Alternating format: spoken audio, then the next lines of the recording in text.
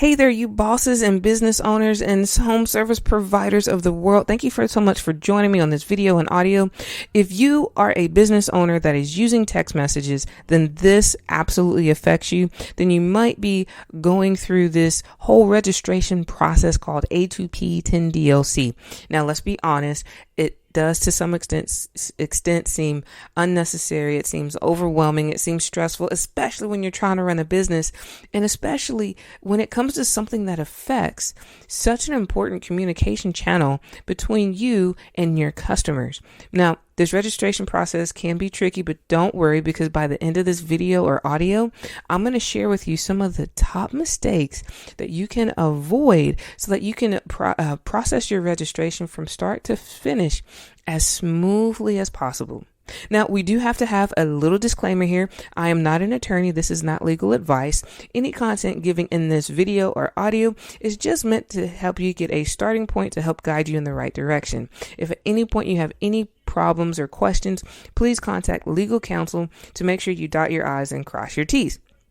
Alrighty, so now that spill is done, let's go ahead and jump right in to some of the biggest mistakes that you absolutely want to avoid when you are trying to register your text messages to have the ability to continue to communicate to your customers via text message for the A2P10DLC registration. Okay, now this applies to anywhere that you're doing a registration, whether it's Twilio, Grasshopper, if it's a software. Most places are going to need and require all of these things and check for all of these things.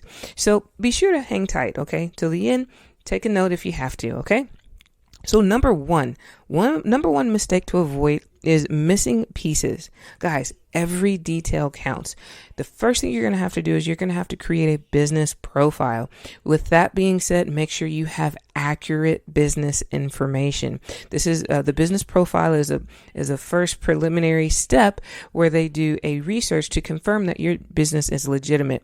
That being said, most likely they are going to reference the Secretary of the State. So make sure when you're filling out your business profile that you're using the actual information that is on the Secretary of the State information that you might have. Business address, business name.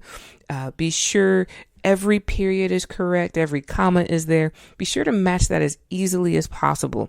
That's one of the number one reasons why we can see people's business profiles being failed. Every detail counts. Number two, brand image. Your brand details should actually be the same. Okay. So the next thing you're going to do is you're going to have to build your brand. Okay.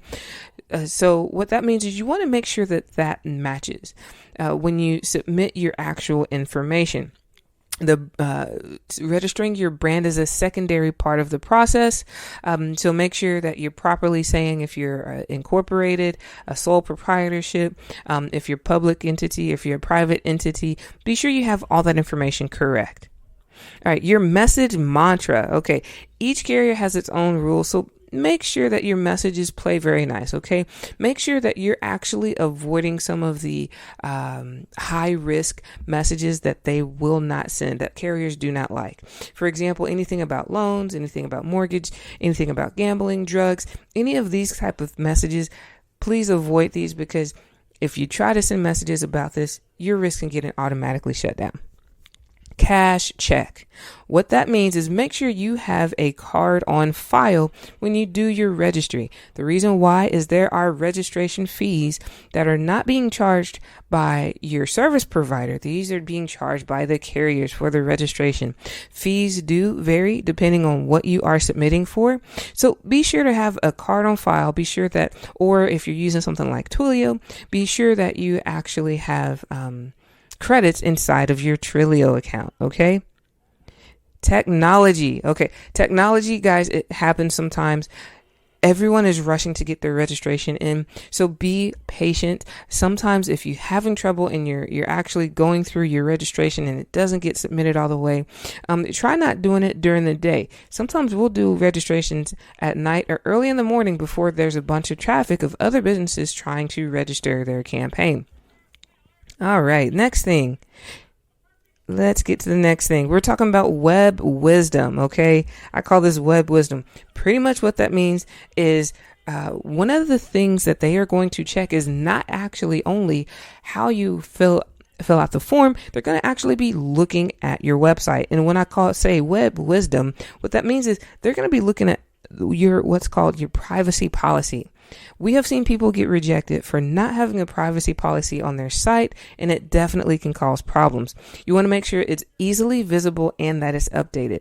We like to recommend that you put it in the footer, and it is a clickable link that is very easily seen. The next mistake is, we call it sample success. Okay. You want to make sure that your sample messages mirror the use case. Okay. So what that means is when you register your campaign, you're going to have different use cases. Is it for customer service? Is it for marketing? What we use is what's called a low volume mix.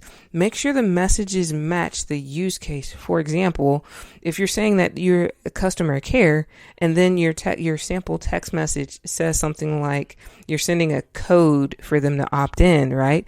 That's not going to match. It's probably going to get rejected.